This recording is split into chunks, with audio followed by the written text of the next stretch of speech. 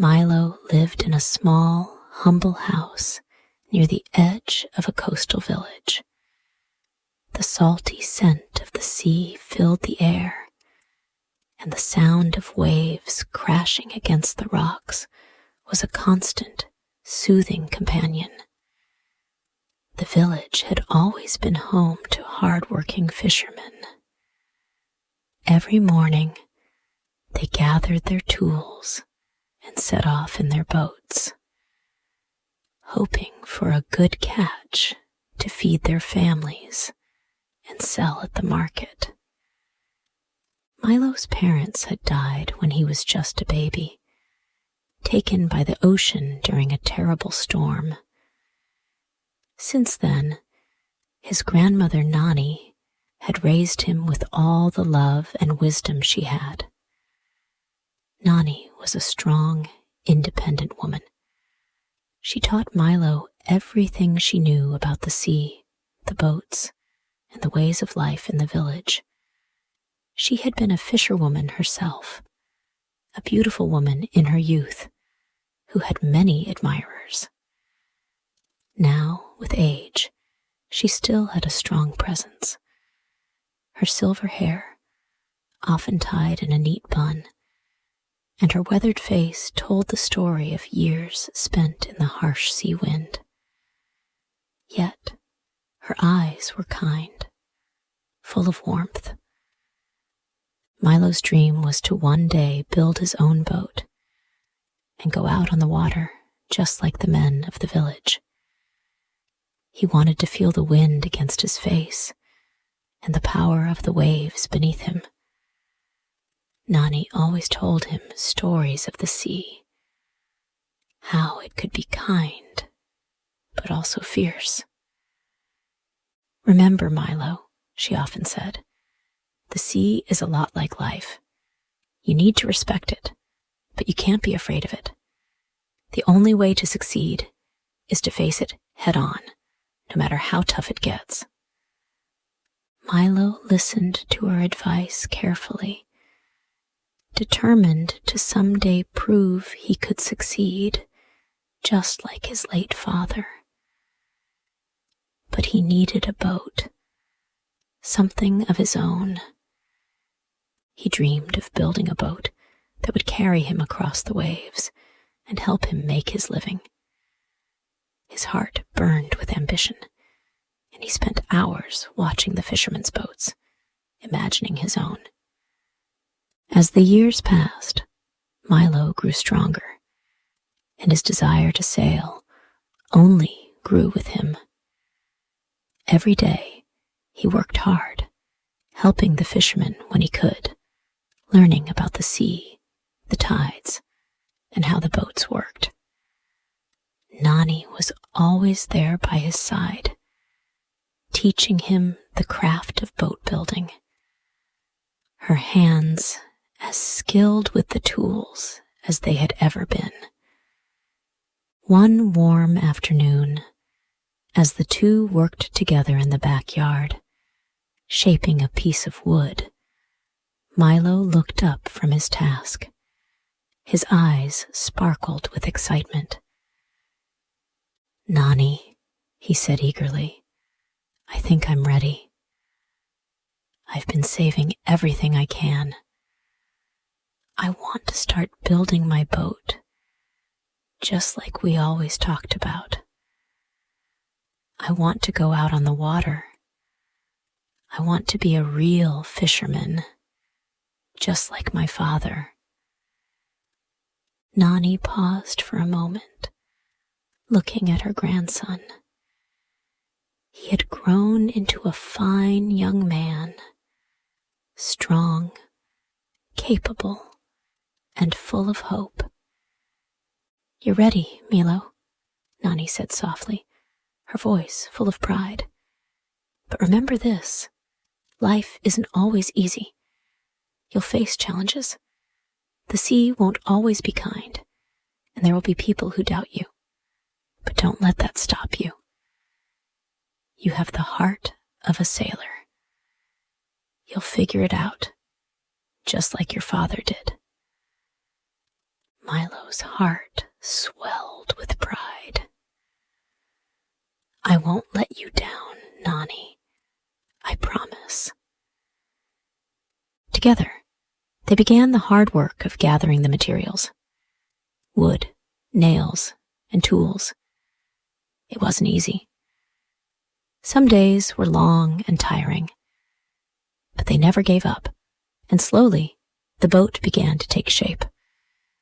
It took months, but finally the boat was finished. It was small, nothing like the large ships that the wealthier men of the village owned, but it was sturdy and reliable. Milo named the boat Ollie, after his favorite childhood toy. It had a certain charm to it, despite its small size. Milo stood back, admiring the boat.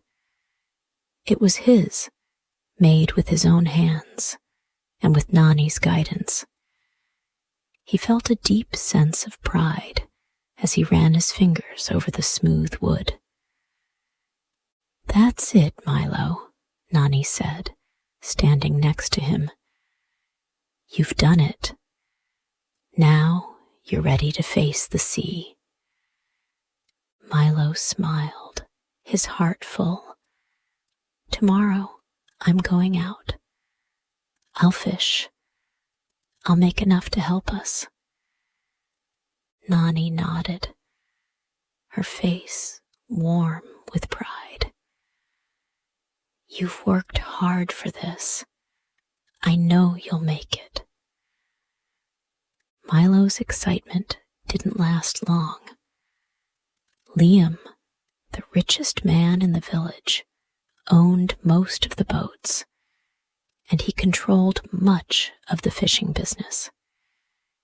He made the villagers pay him a portion of their earnings, and many of the people, like Milo, were struggling under his greed. Liam was a tall, imposing figure, his sharp eyes always looking for a way to make more money. He didn't like competition, especially from someone like Milo, who didn't even own a proper boat. One afternoon, as Milo prepared to take Ollie out on the water, Liam approached.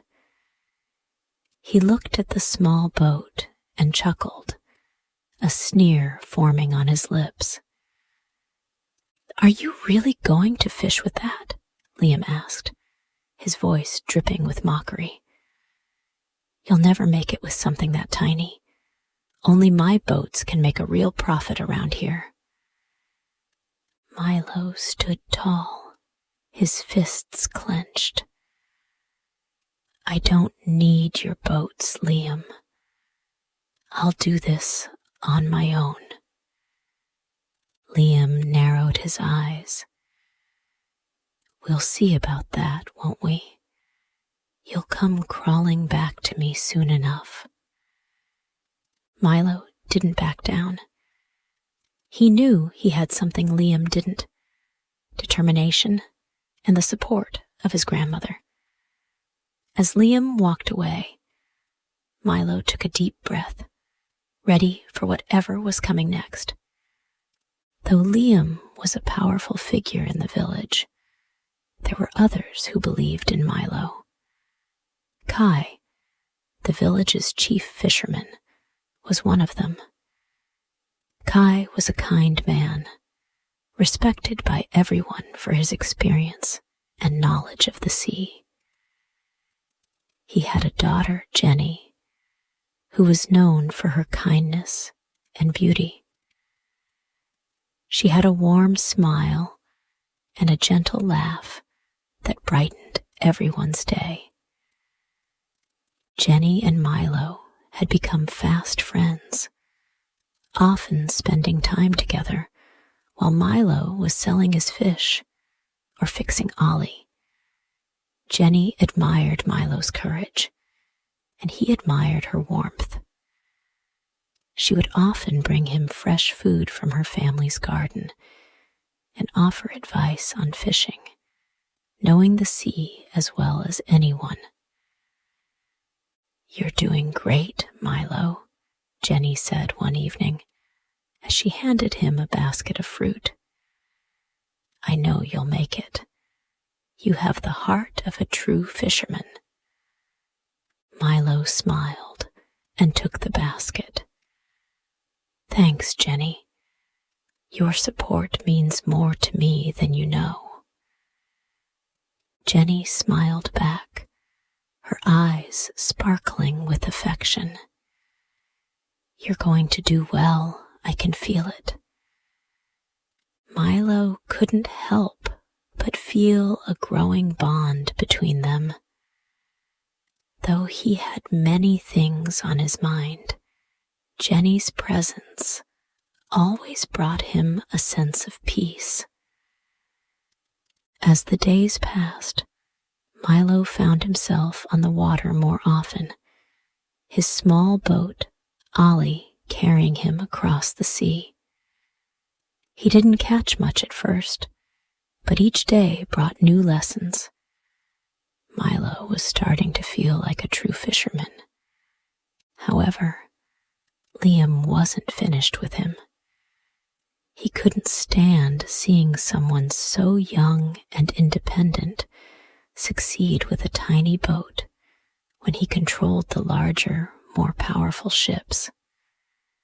One afternoon, as Milo came back to the dock after another long day of fishing, Liam waited for him.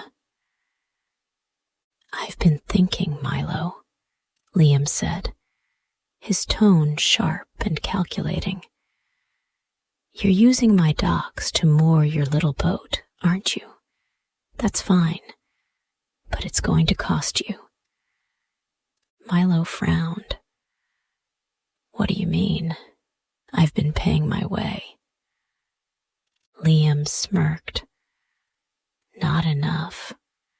From now on, if you want to use my docks, you'll need to pay me a cut of your earnings. A fair price, of course."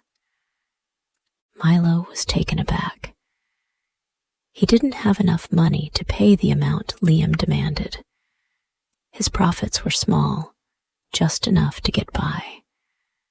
But Liam was insistent, his voice cold as he added, "You can pay up, or I'll make sure you can't fish at all." Milo felt a knot form in his stomach. He couldn't let Liam get away with this. Ollie was his pride and joy, and he wouldn't let anyone take that from him. He thought of his grandmother and all the work they had done to build this boat. But they didn't have the money to fight Liam, and he knew he would have to be clever. One night, the wind began to howl. The sky turned dark, and a cold chill filled the air. The village had seen storms before, but this one felt different. It was fierce, angry. Milo watched from the safety of his house as the waves grew higher and the wind whipped through the trees. In the morning, the storm was gone, but the damage was clear. Liam's large boats had broken free from their moorings, crashing into the rocks and breaking apart. The docks were in ruins. But Milo's little boat, Ollie, though tossed by the waves, remained unharmed. It was small and light, built to ride the waves, not fight them. Milo wasted no time. He knew that the village would need help. Without hesitation, he launched Ollie into the rough sea. The boat swayed, but held steady as Milo guided it through the turbulent water, carrying supplies and food to the people whose homes had been damaged. He fished out of Ollie to feed the village. The villagers watched in awe as Milo, in his small boat, helped them more than the big ships ever had. Meanwhile, Liam's grand boats were useless. The storm had ruined them, and he had nothing left to offer. The villagers began to notice the difference. Milo was out there, in the midst of the storm, helping everyone, while Liam sat idly by, his wealth and power crumbling. Milo's courage had made a lasting impression on the village. As he worked alongside the villagers, his boat Ollie became a symbol of strength, resilience, and hope. Slowly, the tide was turning in his favor. Now, from this point, the story will be continued in the next part.